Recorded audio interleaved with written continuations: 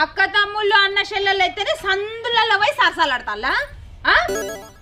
సిగ్గు అనిపిస్తలేదా? ఇజ్జత్ అనిపిస్తలేదా? మానం అనిపిస్తలేదా? ఇంతనన్నా చెప్తాక్క మా లవరు దాని లవరు నా లవర్ అక్క. అమ్మో మీల వాళ్ళు నా మొగుడు ఎందుకు చేసుకున్నారా మీరు ఇద్దరు? ఇక గివ్వని చూసిన తర్వాత చెప్పకపోవడం మంచిగా ఉండదు. ఇక చెప్తాను అయినక్క. చిన్నప్పటి నుంచి నేను లవ్ చేసుకున్నాం. మా ఇంట్లో చెప్తే మా వాళ్ళు ఎవ్వరు ఒప్పుకోలేదు. ఇక బయటికి పోయి పెళ్లి చేసుకుందామంటే చేతిలో రూపాయి కూడా లేదు. ఇక ఏం చేయాలో అర్థం కాలేదు. ఆ టైంలోనే మీ ఆయన 2 సంవత్సరాలలో చచ్చిపోతాడని తెలిసింది. ఫుల్ ఆస్తున్నది కదా మీకు.